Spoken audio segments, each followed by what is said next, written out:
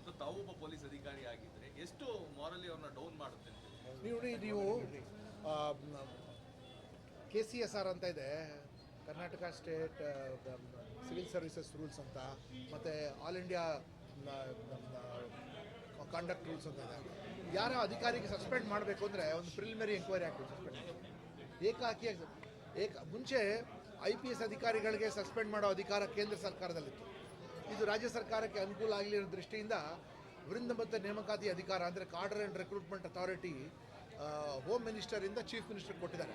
ಈ ರೀತಿ ದುರುಪಯೋಗ ಮಾಡೋದಾದ IPS ಮತ್ತು ಪೊಲೀಸ್ ಕಮಿಷನರ್ ಎಲ್ಲೇ ಇರಲಿ, ಬೆಂಗಳೂರು ಸಿಟಿಲಿ ಇರಲಿ, ಮೈಸೂರಲ್ಲಿ ಇರಲಿ, ಎಲ್ಲನೂ ಇರಲಿ, ಒಂದು ಆಲದ ಮರ ಇದ್ದಂಗೆ. ಅದು ಆಲದ ಮರ ಕೆಳಗೆ ಯಾವ ರೀತಿಯಾಗಿ ಬೇರೆ ಬೇರೆ ಪಕ್ಷಿಗಳು ಅಥವಾ ಬೇರೆ ಬೇರೆ ಪ್ರಾಣಿಗಳಿರ್ತಲ್ಲ, ಅದೇ ನಮೂನೆ additional commissioner, joint commissioner, deputy commissioner ಎಲ್ಲ ಅಧಿಕಾರಿಗಳು. ಯಾಕೆಂದರೆ ಎಷ್ಟೋ ಸರ್ಕಾರದ ಸೂಕ್ಷ್ಮ ಕೆಲಸಗಳು 4 ಬಾಗಿಲು ಒಳಗಡೆ ಆಗೋವಂಥ ಡಿಸಿಷನ್ಗೆ ಪೊಲೀಸ್ ಕಮಿಷನರು ಅದ್ರ ಬಗ್ಗೆ ತಿಳುವಳಿಕೆ ಇರುತ್ತೆ. ಕೆಲವು ಸರ್ತಿ ಒಳ್ಳೆ ಡಿಸಿಷನ್ಸ್ ಇರುತ್ತೆ, ಕೆಲವು ಸರ್ತಿ ಬ್ಯಾಡ್ ಡಿಸಿಷನ್ಸ್ ಇರುತ್ತೆ, ಇನ್ಕರೆಕ್ಟ್. ಬಟ್ ಆದರೆ ಸರ್ಕಾರಕ್ಕೆ ವಿಶ್ವಾಸದಲ್ಲಿರೋವಂಥ ಅಧಿಕಾರಿನೇ ಪೊಲೀಸ್ ಕಮಿಷನರ್. ಅಂಥ ಒಂದು ಪೊಲೀಸ್ ಕಮಿಷನರ್ಗೆ ನೀವೇ ಆಯ್ಕೆ ಮಾಡಿರೋಂಥ ಪೊಲೀಸ್ ಕಮಿಷನರ್ಗೆ ಕನಿಷ್ಠ ನೀವು ಅಸಮಾಧಾನ ಆಗಿದ್ದರೆ ಅವ್ರಿಗೆ ವರ್ಗಾವಣೆ ಮಾಡ್ಬೋದಾಗ, ಅಥವಾ ರಜೆ ಮೇಲೆ ಹೋಗಿ ಅಂತ ಹೇಳ್ಬೋದಾಗಿತ್ತು, ಅಥವಾ ಬೇರೆ ಜವಾಬ್ದಾರಿ ಅಂತ ಹೇಳ್ಬೋದಾ, ಅಥವಾ ಅದು ಬೇಡ ನೀವು ಫಾರಿನ್ ಒಂದು ರೌಂಡ್ ಹೋಗ್ರಿ ನೀವು ಅಂತ ಹಂಗೆ ಕಳಿಸ್ಬಿಡ್ಬೋದಾಗಿತ್ತಲ್ಲಿ. ಅಂಥದ್ರಲ್ಲಿ ಇಷ್ಟು ಹೀನಾಯವಾಗಿ ಅವಮಾನ ಮಾಡಿ ಅವರ ಅಡಿಷನಲ್ ಕಮಿಷನರ್ಗೆ, ಅವ್ರ ಡೆಪ್ಟಿ ಕಮಿಷನರ್ಗೆ, ಅಸಿಸ್ಟೆಂಟ್ ಕಮಿಷನರ್, ಇನ್ಸ್ಪೆಕ್ಟರ್ ಎಲ್ರಿಗೂ ಮಾಡಿದ್ರೆ ಇಟ್ ಈಸ್ ಓನ್ಲಿ ಅವ್ರ ವೈಫಲ್ಯ ಅಲ್ಲ, ಅದು ಸರ್ಕಾರದ ವೈಫಲ್ಯವನ್ನು ಮುಚ್ಚಾಕಕ್ಕೆ ಪೊಲೀಸ್ನವ್ರಿಗೆ ಇದು ಮಾಡ್ತಿದ್ದಾರೆ. ಸರ್ಕಾರ ಏನು ಕ್ರಮ ತೊಗೊಂಡಿತ್ತು? ಏನಾದರೂ ಚೀಫ್ ಸೆಕ್ರೆಟರಿ ಲೆವೆಲಲ್ಲಿ ಏನಾದರೂ ಮೀಟಿಂಗ್ ಆಗಿತ್ತಾ? ಇಷ್ಟು ದೊಡ್ಡ ಜನದಟ್ಟಣೆ ಆಗ್ತಾ ಇದೆ, ಅದು ಫಸ್ಟ್ ಆ್ಯಂಟಿಸಿಪೇಟ್ ಮಾಡಬೇಕು. ಆ ಮೂಡ್ ನೋಡಿಬಿಟ್ಟೆ ಎಮರ್ಜೆನ್ಸಿ ಮೀಟಿಂಗ್ ಇದು ನಡೆದ್ರೆ ಝೂಮ್ ಗೀಮೆಲ್ಲ ಅರ್ಧ ಗಂಟೆ 3/4 ಗಂಟೆ ಸರ್ಕಾರ ಥರ ಯಾವ ಸಂಪನ್ಮೂಲಗಳಿಲ್ಲ ರೀ.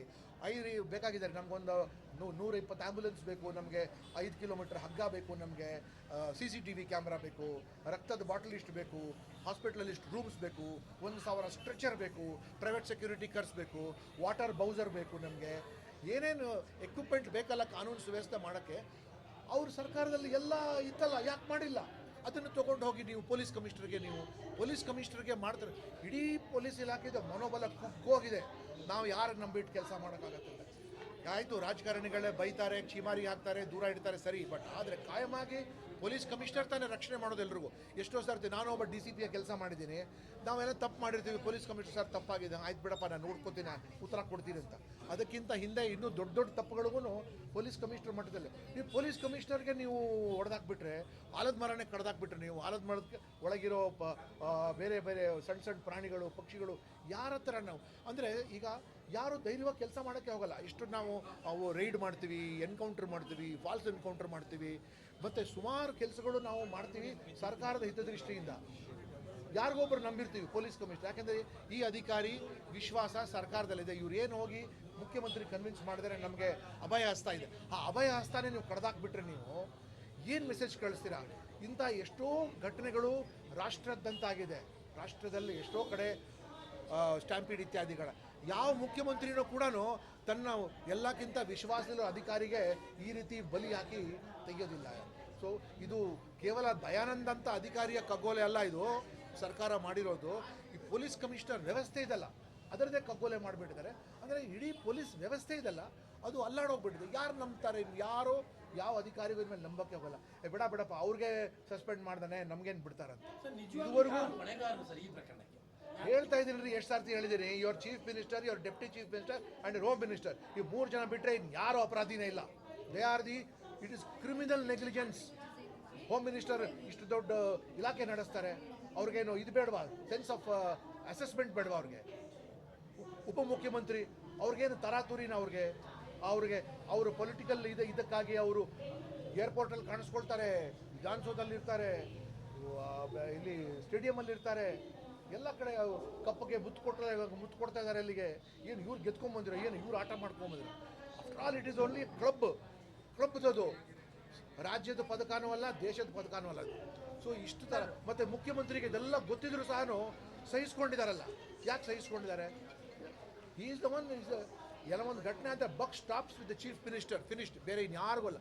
ಈ ಉಳಿದವರೆಲ್ಲ ಕೆಳ ಹಂತದಲ್ಲಿ ಇರೋರು ಅಲ್ಲ. ಸರ್, ಈಗ ವಿಧಾನಸೌಧದ ಮುಂದೆ ನಡೆದ ಕಾರ್ಯಕ್ರಮದಲ್ಲಿ ಅವ್ರ ಮನೆಯವರೇನೆ ಜಾಸ್ತಿ ಇದ್ರು ಅನ್ನೋದು ಚರ್ಚೆ ಆಗ್ತದೆ. ಅವ್ರ ಮನೆಯವರೆಲ್ಲ ಎಲ್ಲ ಮಂತ್ರಿಗಳು, ಕುಟುಂಬದವರು, ಮಕ್ಕಳು, ಮೊಮ್ಮಕ್ಕಳು, ಅಳಿಯಂದ್ರು, ಅವ್ರದೇ ಕಾಟ ಅಲ್ಲಿ. ಸರ್, ಈಗ ಟೆಕ್ನಿಕಲಿ ಸಿಎಂ, ಡೆಪ್ಯೂಟಿ ಸಿಎಂ ಮತ್ತೆ ಗೃಹ ಸಚಿವರು ತಪ್ಪು ಯಾವ ರೀತಿ ಹೇಳ್ಬೋದು? ಈ ಒಂದು deputy CM vicarious responsibility, overall responsibility ಅವ್ರದ್ದು. Deputy CM for completely hijacking the festival without any reason. Home minister for complete negligence of his sovereign duties. ಅವ್ರದ್ದು ಸಾವರಿನ್ ಡ್ಯೂಟಿ ಅಂದರೆ ಅವ್ರು ಬಿಟ್ಟು ಇನ್ಯಾರೋ ಕೆಲಸ ಮಾಡೋಕ್ಕಾಗದೆ, ಔಟ್ಸೋರ್ಸ್ ಮಾಡೋದಕ್ಕೆ ಆಗದೆ ಇರೋದಕ್ಕೆ ಅವರು ಕಂಪ್ಲೀಟ್ ಅವ್ರು ಯಾವ ಕರ್ತವ್ಯ ನಿರ್ವಹಿಸಲೇ ಇಲ್ಲ ಹೋಮ್ ಮಿನಿಸ್ಟರ್. ನೋಡ್ರಿ, ಇಂಟೆಲಿಜೆನ್ಸ್ ಎಲ್ಲ ಸಿಎಂ ಕೈ ಕೆಳಗಿರೋದು. ಹೌದು, ಇವ್ರಿಗೆ ಜನ ತಾನೇ ಆಯ್ಕೆ ಬಂದು ಕೂಡಿಸಿರೋದು, ಜನ ತಾನೇ ಹುಡುಗಿ ಉಳಿಸ್ಬೇಕು. ಅದು ಹೌದು, ಕಣ್ಣಿಗೆ ಸುಣ್ಣ ಹಾಕುವಂತ ಕೆಲಸ ಅದು ಅವ್ರ ವಿವೇಚನದಲ್ಲಿ ಅವ್ರು ಮಾಡಿದ್ದಾರೆ ಅಷ್ಟು. ಅವರು ಯಾರ್ಯಾರಿಗೆ ಹೆಂಗೆ ಮಾಡಬೇಕು ಅಂತ, that is his decision. It's not A correct decision. ಎಷ್ಟು ಜನ ಹಂಗೆ ನೋಡೋದು ಏಜೆಂಟ್ ಸಸ್ಪೆಂಡ್ ಮಾಡ್ತಾ ಹೋಗ್ತಾರೆ. DGPಗೆ ಸಸ್ಪೆಂಡ್ ಮಾಡಬೇಕು, DGPಗೆ ಸಸ್ಪೆಂಡ್ ಮಾಡೋಕ್ಕಾಗತ್ತೆ. ಅಂದರೆ ಒಂದು ಸರ್ತಿ ನೀವು ತಪ್ಪು ಮಾಡಿದಂದ್ರೆ ಇನ್ನೂ ಜಾಸ್ತಿ ತಪ್ಪು ಮಾಡಿ ಅಂತ ಹೇಳ್ತಾ ಇದ್ದಾರೆ ನೀವು. ಅವ್ರಿಗೆ ಸಸ್ಪೆಂಡ್, ಅವ್ರಿಗೆ ಯಾಕೆ ಮಾಡಿಲ್ಲ, ಇವ್ರು ಯಾಕೆ ಮಾಡಿಲ್ಲ, ಸಸ್ಪೆಂಡ್ ಮಾಡೋದು ಹೇಳಿದೆ ನಾನು. ಒಳ್ಳೆ judicial enquiry by sitting high court judge, sitting not retired high court judge, 3 ತಿಂಗಳ ಒಳಗೆ ಮಾಡಿಬಿಟ್ಟು ಇಮಿಡಿಯೇಟ್ ಕ್ರಮ ತಗೊಳ್ಳಿ. ಸರ್, ಈಗ ಸಿಎಂ, DCM, ಗೃಹ ಸಚಿವರು ಹೊಣೆಗಾರರು ಅಂತ ಹೇಳ್ತಾರೆ. ಅವ್ರ ಮೇಲೆ ಯಾವ ರೀತಿ ಕ್ರಮ ಆಗಬೇಕು ಅಂತ ಹೇಳಿ ಕಾನೂನಾತ್ಮಕವಾಗಿ ಏನು ಕ್ರಮ ಆಗಬೇಕು sir? They should step down. ಹಂಗಲ್ಲಿ ನೋಡ್ರಿ, ಇದೇ 81ನೇ ಇಸ್ವಿಲಿ ನರಗುಂದಲ್ಲಿ ಆಗಿರೋ ಅವ್ರ high command, their high command should change them, that's all. 3 ಜನ should, all these 3 people should leave, they should get out. ಕಾನೂನಾತ್ಮಕವಾಗಿ ಏನು ಮಾಡಬೇಕು ಸರ್? FIR ಆಗಬೇಕು ಅವ್ರ ಮೇಲೆ, ಏನಾಗ್ಬೋದು ಅಂತ ಹೇಳಿ? ಕಾನೂನಾತ್ಮಕವಾಗಿ ಅವ್ರ ಮೇಲೆ FIR ಕೂಡ ಆಗಿದೆ. ಬಟ್ ಯಾರು ತನಿಖೆ ಮಾಡ್ತಾರೆ? ಮುಖ್ಯಮಂತ್ರಿಗಳ ಯಾರೊಬ್ರು ವಕೀಲರು, ಒಬ್ಬರ ಶರ್ಮಾ ಅಂತ ವಕೀಲ್ ಮಾಡಿದ್ದಾರೆ ಅಂತ ಅಲ್ಲಿಗೆ ತನಿಖೆ ನೋಡೋಣ. ಯಾವ ತನಿಖಾಧಿಕಾರಿನೂ ಇವ್ರ ಕೈ ಕೆಳಗೆ ಇರೋದಲ್ವಾ? ನಿರೀಕ್ಷಣೆ ಮಾಡಿಲ್ಲ, ನಿರೀಕ್ಷೆಗೆ ಮೀರಿ ಜನ ಬಂದ್ರು, ಹಾಗಾಗಿ ನಡೆದೋಯ್ತು. ಅದೆಲ್ಲ ಕಾರಣ. ನೋಡಿ, ಬೆಂಗಳೂರು ಮಹಾನಗರ ಏನು ಹಳ್ಳಿ ಎಲ್ಲ, ಪಟ್ಟಣ ಅಲ್ಲ ಇದು ಅಂತಾರಾಷ್ಟ್ರೀಯ ಮಹಾನಗರ. ಇದು ಇಡೀ ಪ್ರಪಂಚ ನೋಡ್ತಾ ಇದೆ ಬೆಂಗಳೂರು ಸಿಟಿಲಿ ಏನಾಗ್ತಾ ಇದೆ. ಬೆಂಗಳೂರು ಸಿಟಿಲಿ ನೀವು ಒಳ್ಳೆ ಆಫ್ರಿಕಾದಲ್ಲಿ ಶವಗಳು ತೆಗೆದುಕೊಂಡು ಹೋದಂಗೆ ನೀವು ಎತ್ಕೊಂಡು ಹೋದ್ರೆ ನೀವು ಅಲ್ಲಿಗೆ ಅಂತಾರಾಷ್ಟ್ರೀಯ ಮಟ್ಟದ ನಮ್ಗೆ ಏನು ಮರ್ಯಾದೆ ಬರ್ತದೆ ನಮಗೆ. ಸರ್, ಈಗ ಸಿದ್ದರಾಮಯ್ಯ ಅವರು ಸಿಎಂ ಆದಾಗ ತಾವು ಸಹ ಅಧಿಕಾರದಲ್ಲಿ ಆಗಿದ್ದಂತಹ ಸಿಎಂ ಸಿದ್ದರಾಮಯ್ಯ ಅವರು ಆಗ he was a very strong chief minister. I have seen him very closely. ಈಗ is a very weak ಮತ್ತೆ ಕವರ್ಡ್ಲಿ, ಹೇಡಿತನ, ಹೆಲ್ಪ್ಲೆಸ್, ಅಸಹಾಯವಾಗಿದ್ದಾರೆ, ಮತ್ತೆ ಮಾತು ಕೇಳಲೇಬೇಕು. So that is a separate chapter for Siddaramaiah ಅವರಲ್ಲಿ ಇದನ್ನು ನಿರೀಕ್ಷೆ ಮಾಡಿದ್ರೆ ಈ ಥರ ಅವ್ರಿಗೆ ಸಾಕಾಗಿದೆ ಅನ್ಸುತ್ತೆ. ಸದ್ಯ ಅವ್ರು ಬಿಟ್ಟರೆ ಸಾಕು ಅಂತಾಗಿದೆ.